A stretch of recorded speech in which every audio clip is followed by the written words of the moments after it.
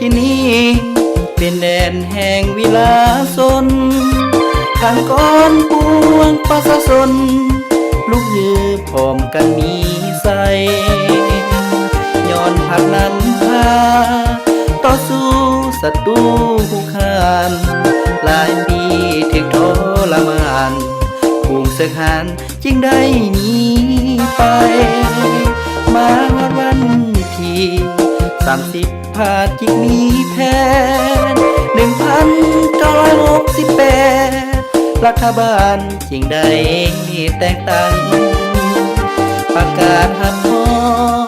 ตั้งชื่อเอิ้นเมืองเวียงไส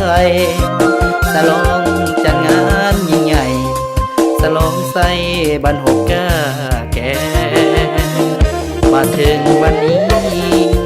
พรรคเฮามีการเปลี่ยนแปลงพร้อมกันสร้างสะสมแปลงวางแผนการพัฒนาเป็นแหล่งท่องเที่ยวห้องห้อยแดนประวัติศาสตร์เป็นแดนแห่งเอกราชทั่วปวงศาสตร์แห่งประเทศลาวเมืองเวียงไสที่นี่เดี๋ยวนี้เปลี่ยนไปหลายอย่างนับทางถนนหนทางมีไฟฟ้าน้ำประปาใสโรงเรียนโรงหมอก็มีให้เฮาสงสัยเดี๋ยวนี้สะดวกสบายเมืองเวียงไสเฮา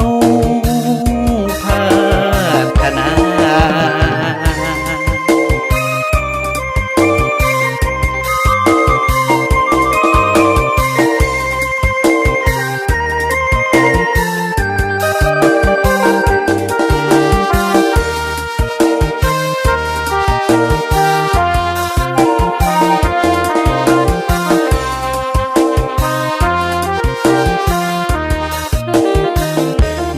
ถึงวันนี้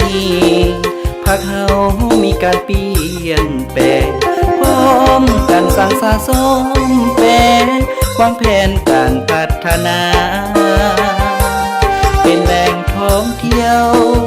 ห้องห้อยแดนประวัติศาสตร์เป็นแดนแห่งเอกราชทั่วปวงศาสตร์แห่งประเทศลาวเมืองเวียงไสที่นี่เดี๋ยวนี้เปลี่ยนไปหลายอย่างนับทั้งถนนหนทางมีไฟฟ้าน้ำประปาใสโรงเรียนโรงหมอก็มีให้เฮา